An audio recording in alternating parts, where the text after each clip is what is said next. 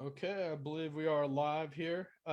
David and Corey with another installment of Quantum Leap. And I was just regrouping with Corey, my co host here, that we're going to be focusing on sales for a bit and in this segment and also some related topics. But first, I wanted to go to you, Corey, to just introduce yourself and tell us how you're doing today. I commented earlier on nice shirt. I try to not say anything in the lead up because I like to say it on the air. Hey everyone, Cory Not here, and I am business coach with Take Wing Coaching and co-host usually on the Quantum Leap with David. And my wife Gail, her brother works for Nike. Interestingly enough, he is, I believe, a coach for Nike, and not like a sports coach, but helps coach employees and management teams and so on. And anyway, so we get lots of Nike stuff around Christmas time and really like these shirts because it's like, I can wear this during the day and then go work out, and it's kind of made for sports, and then clean up. I got a whole set of sweaters about 2 or 3 years ago that I love. Oh, it was probably about 5 years ago. I just picked up a black one like that. That's great. It's not a shirt, but it's a black sweater. So good stuff. How about doing it just to check in for if this is viewers' first time, just tell us who you are and what you do, Corey. Yeah, so I do business coaching. I love to work with purpose-driven, or who would like to be purpose-driven. Maybe they want to connect to that purpose. Solo business owners, especially those who educate others. So it's often coaches, consultants. In some cases, maybe they have a business, but they're also training other people. But they feel like there's a portion of their business where they're educating others, including their clients, on also becoming better people. And I just actually finished some coaching programs this weekend, which was fascinating. Anyway, we provide a community for people who want access to coaching and keep it very affordable. We also do private coaching. Excellent. And consulting and training. Yeah, Corey's given me a lot of coaching over the years and continues to. And he's inspired me to kind of make part of my video production coaching package, because I see that so much that goes into video to be successful on video is really business coaching. And so we have some collaborations on that we've done and we're going to continue to do. And kind of another check-in for me is I've just been working on my fitness. So anytime I get back into some heavier running and stuff, I kind of step back a little bit from work, but it finds so much more balance in my life that I feel like I'm a little happier. And then I don't drink as much coffee and stuff. So I think we can be a little bit more clear headed, using some of that energy to, I think, make some changes. And I am also working on getting some international guests on the program. We're going to have somebody from Sweden and Dubai, and it's just amazing talking to these folks in this COVID environment about how this whole business world has kind of collapsed into online, that I can talk to somebody in Dubai and there's a big time difference, but they could be, just like they're right down the street because it's on Zoom anyway. So I look forward to bringing them on, and you're going to have a lot of interest in some of these guests too, because it's really in your wheelhouse of stuff that you do. So do you have any other reports on stuff you want to report on what you were working on for your business? We're talking about some of that today. We're focusing heavily on accountability, and I also hired there is going to be some shifts coming up. I don't really know exactly what to call her. She is a reputation expert, and she helps people who feel like they have something to bring to the world but aren't bringing it, to actually bring that out. And so she's helping me focus my writing, get better at being more clear about how I bring my message through my writing. And she's insisting now that I start working on a book, and maybe kind of shifting from being a visionary business coach to more of a wisdom business coach, because there's a lot more I bring to the table than just the vision. So it's kind of exciting. It's a little scary, and we'll see what happens over the next few months. Great. Yeah, no, I'd love to see you write a book. I've been telling you that. And I think we will see it at some point, because you know so much about so many of these important topics, that just the structure and giving people a roadmap would be hugely unique. And I know we really do a lot of that on the air, that I think even if you don't write a book, this show is going to be kind of a audio book, so to speak. So um, I think we've agreed that Gail is going to write the book on structure because she's good at that. And then she'll have me contribute those portions that that I do well. Oh, shoot. Bad. Hang on a second, okay? okay. Hang on. Taking a brief pause here. Sorry about that. All right, thanks. I'll just explain what we're going to go over today while we're waiting for Cory to get back. I'm really wanted to debrief on Pradna segment here. Remember not to leave my gate open. I don't know what All this right. camera thing. We usually don't have challenges with the live broadcast, but sometimes we do. So you're back. I was just getting into what we're going to do today. I first want to debrief on the sales segment with Pradna Leitner from a week ago, I guess, or was it 2 weeks ago? Yeah.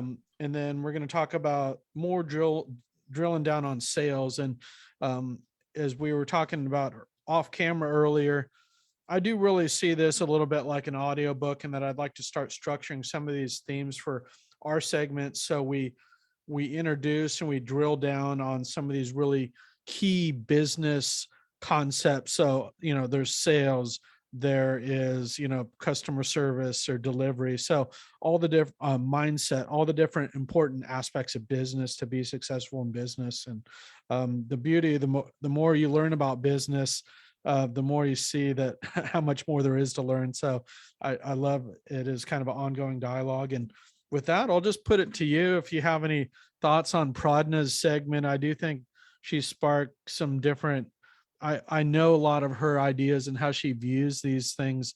But it's always something kind of new because she kind of evolves her ideas as well. Yeah. Well, I mean, it was an enjoyable segment. I think we both have a somewhat different take on sales, and not so much that our perspectives are different, just that we work with different kind of people who have a different where they're stuck. And so what I loved about, Pradna's take is it is actually similar to mine in the sense that it's working on the person within and seeing sales as that service to help people come to a decision that's right for them. We recently, there have been times I've signed up clients, and the conversation is sometimes looks like, is this something that I can help you with? And I will talk them through it to see if it's right, because they have a lot of things going on that they want to solve. And if I'm not the right person to solve that problem, then somebody else would be better to serve them. Like maybe Pradna, because her work is more internal. And so it's important to approach sales as a service in the sense that, are we serving the people that we're selling to, rather than looking at it like, how can I put money in my pocket? And I think a lot of people get stuck on this feeling like, am I really pushing people? Am I saying the right things? Am I doing the right things? So her take on it was very enjoyable to hear. Yeah, I know she offers one of those unique services, and very similar to what you do, although yours is, I would say, I call it more nuts and bolts on business, but it's also mindset and a bunch of other things that she doesn't necessarily do. But you really are benefiting that client if they choose to go that route. So if you believe in the product and what you deliver, it kind of sells itself if you kind of conquer their or address their objections, so to speak. And I am going through kind of a sales training too, but I'm going to hold off because I'm just beginning on that. But we'll revisit this issue, and I'll love to keep in touch with you on that. We're going to you already talked about the first couple questions. I did want to turn to something that's sales related, but it's really a timely topic on the accountability measures that you were working on with Lyft and things that you've learned about accountability. And I'll just say that accountability in sales is a big thing that a lot of people they don't do the outreach that they need to do to get the clients. One thing Pradna taught me is, okay, if you need, to sell X number of packages a month, say it's 5 packages, how many contacts do you need to make each week to give yourself the chance to do that? And I think that's where a lot of people get stuck. They think about it, they know what it is, but they just don't do it. And that's where accountability comes in. Yeah, I think the knowing the numbers is good, and usually the numbers are much higher than most people think they are. When I ask somebody their closing rate who hasn't actually studied the issue, it's usually a lot higher than what it really is, and that's always worth investigating from either direction when working with somebody on sales. On the other side of it, the accountability comes in because every person deals with uncertainty in a different way. They deal with those feelings, those emotional resistances. And really what it is, I mean, I'll give you an example. I've got a couple of referrals to follow up on, and I sent emails and did not get a response. So, and I went to the person who referred me. I said, can I call them? And she's like, yes, they're busy. So calling them is a little more for me because it was an email introduction. I feel like, do we have that permission there? And I am like kind of attaching to that permission idea, when in reality, it's okay to just go ahead and leave a message saying, hey, love to have a conversation with you, see how I can help you, or if I can, help you connect to the right resources. But that, a few years ago would have been much harder for me to do that. And so the accountability comes in to say, okay, I've got this thing on my to-do list and I'm resisting doing it. Like, I'm going to go find something else to do. So accountability is to make the declaration and then do it. The problem is self-accountability. It's easier to let ourselves off than it is to tell a group that we're going to do something and then explain to the group that we didn't do it. So where I've been focusing on accountability is how to develop an accountability group where they're really where we go and we declare to the group, I'm going to do these things today, this week, this month, however it's structured, could be all three. And then at that target date, come back and say, did I complete it or not? And just give a reason. And so there's different ways to go about that, but I've been following a little bit of what Jack Canfield does with his accountability partners, right? He has people that he talks to every day.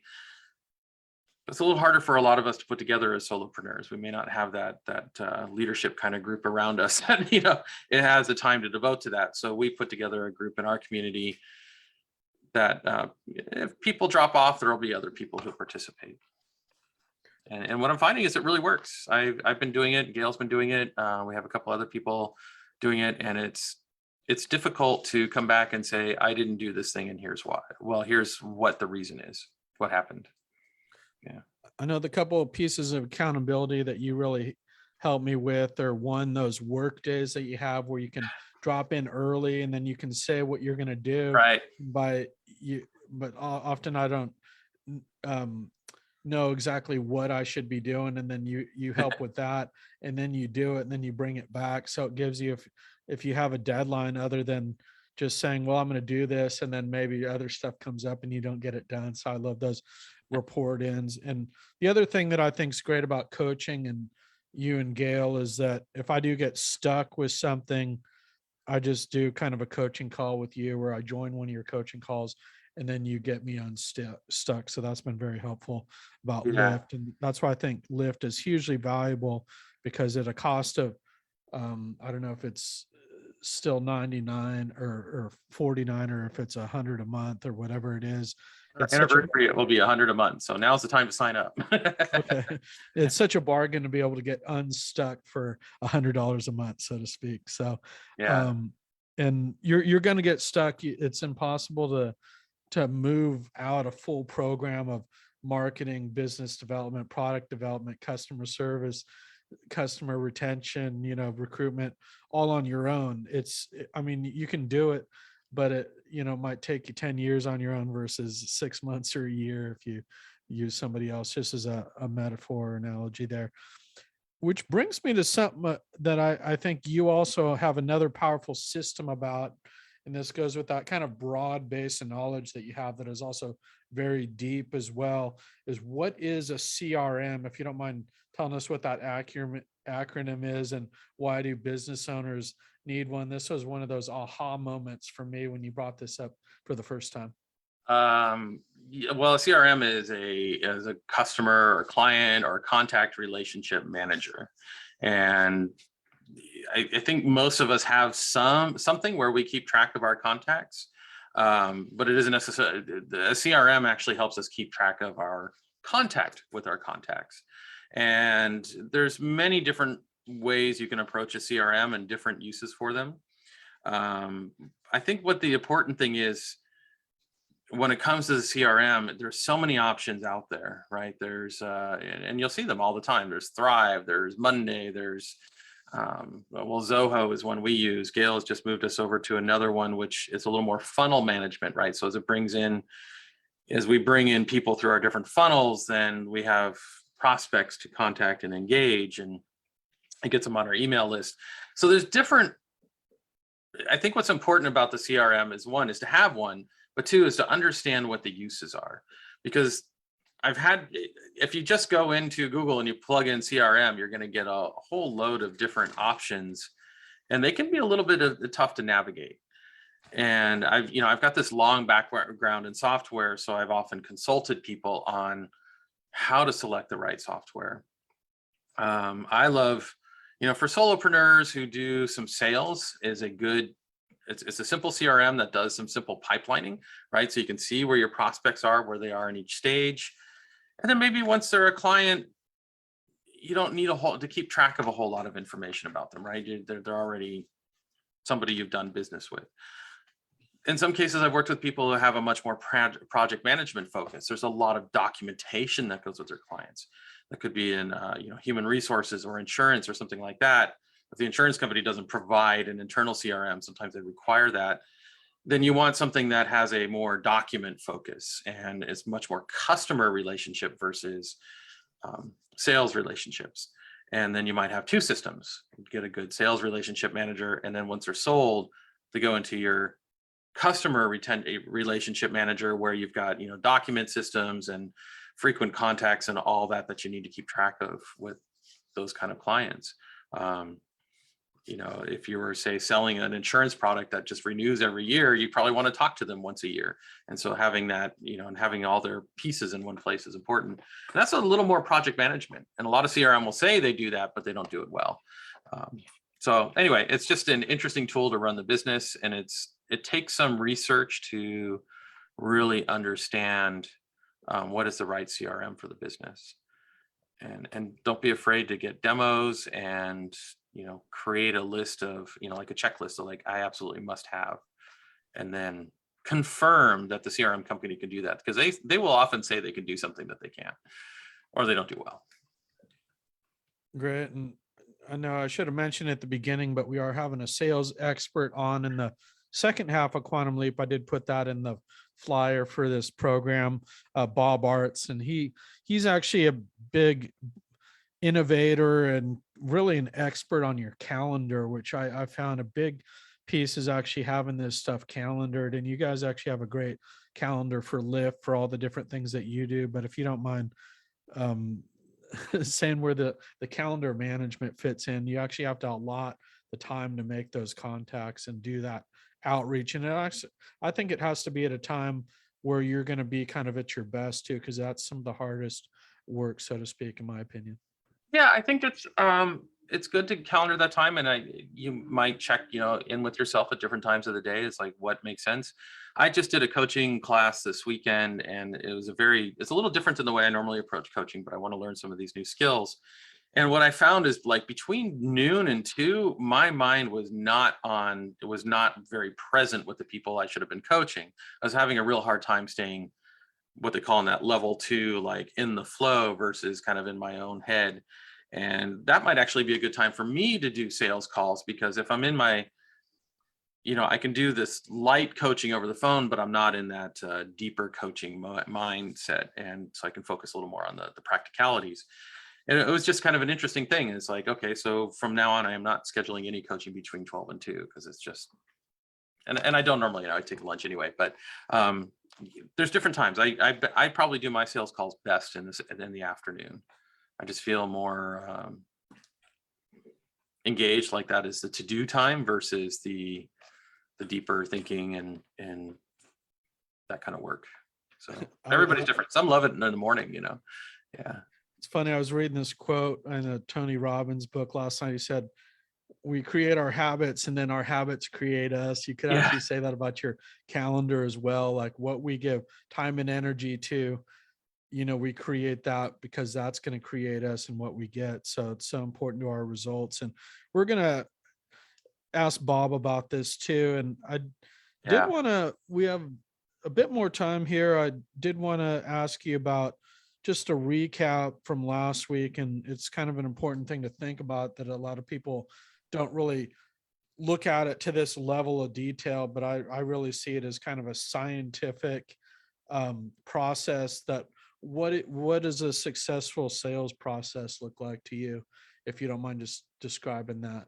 Well, I think there's two sides to it. One is the kind of the technical side. How are you going to track where people come in, the contact management, as it were, the pipelining. And you know, I love the pipelining system, which is essentially you kind of have where a person is in the process. So there's stages within your sales process, and once you identify them, you can put your prospects in each of those stages and move them forward. Right? It's not an action; it's a place where they kind of sit. Like, I've called them. Now we have an appointment. Now I need to send them a proposal or whatever, and then there's kind of like, I won the sale or I didn't. And then there's the other side of it, which is what is more of that mental sales process? What is the script that you use to complete your sale? And the more you understand that, the easier the sales get. And I think there's a lot of different kind of sales systems out there. I've kind of focused on creating what works for me from all these different systems. You know, you've got some training going on. I've done Sandler, and Ascentive has brought in a lot of really amazing salespeople to kind of explain how they do their things and taught us all different kinds of ways to have conversations. But ultimately, it's the conversation that you feel most comfortable with, that works well for your business, and writing it down and having that kind of scripted out, whether you read from the script or not. It's good to, I always review my scripts before I go into a sale, because it's like, okay, I just need to remember kind of this flow. And then sometimes the person will take me out of that flow, and that's fine, but I can always kind of pull back in and say, okay, this conversation makes sense to have with them, and it's prepared. And then on the other side of it is, depending on what your close is, like we do more proposal based sales. And so when we get finished talking with the client, we kind of sit down and we figure out, okay, what is it we want to do for this person? What do we want to offer them? And then we have a proposal flow for that. And a little piece at the end that just shows that we're in tune with what they're looking for. It's kind of part of our sales, because people want to be heard. And I think that's probably the deeper science, the deeper mindset of the sales process is, did you actually hear them, and are you feeding that back to them? And you're muted. Thank you. That's well put. And one division I see that from what I would say, kind of more negative sales to more positive, is that you see some salespeople out there, maybe it's securities. You know, I had this job in San Diego when I was during college selling these securities, and it's kind of like the textbook, like Glengarry Ross, where you're basically like strong arming people into buying things. You know, like, I got some beachfront property, I'm going to come out to your house tonight and you're going to buy it. And then there's the other kind of sales as a service, where I'm actually helping you. You know, this is more soft sell. And I think that way the people don't have regrets, because you make sure they're ready. And I think that's something that, you know, a method that both you and Pradna and Bob and others, you know, I just like that method so much more than this kind of strong arm salesperson that's that kind of nightmare person who is way too aggressive. But We've had Jason Cutter on the call, right? Because if somebody's got an aggressive team, he's the man to come in and help them, you know, revamp that. I just got a call from somebody who was really pushing me to do sales or do my marketing through their magazine. And you know, it was a pretty good deal, but it's like, your magazine doesn't target the people I work with. And he's like, oh yeah, but it's not blah, blah, blah. And I said, well, let me connect you with a couple of people who do target those kind of people. And he's like, well, I guess you don't want you don't want to do business with me then, right? And I was like, I'm trying to give you something. And so that was the end of that. But, Yeah. Sometimes you just unfortunate. have to hang up. Yeah. Yeah. We have a couple more minutes. Bob could join any minute. And if you are just joining, we are going to have a sales expert and author coming up right up here in about 5 minutes in part 2 of Quantum Leap. I did want to just put this to you, since you are looking at a book, and also to put it to our audience about what are the other key themes out there or topics in business development, really success in business for entrepreneurs, that we should cover on this show. There's, for example, there's mindset, there's sales, there's, but if you say we're going to write a book, what are the top chapters in that book on where people should start? We know purpose, there's vision, but, and I know this is a little bit longer discussion, but I thought maybe we start a little brainstorm session here, and also Yeah. put that to the audience. If they have any comments about things they'd like us to cover on this show, you can email or message us or put it in the comments. Yeah. There's a lot of, I love goal setting. I think is something that people don't really have a clear picture of. And we have our goal setting methods, and I know a lot of other methods.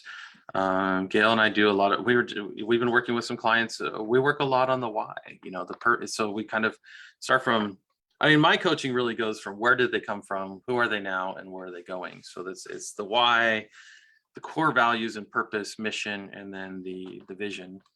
Not a lot of coaches work on that, or they do, but they have a lighter touch. Mine is more like, they're going to get this out of people.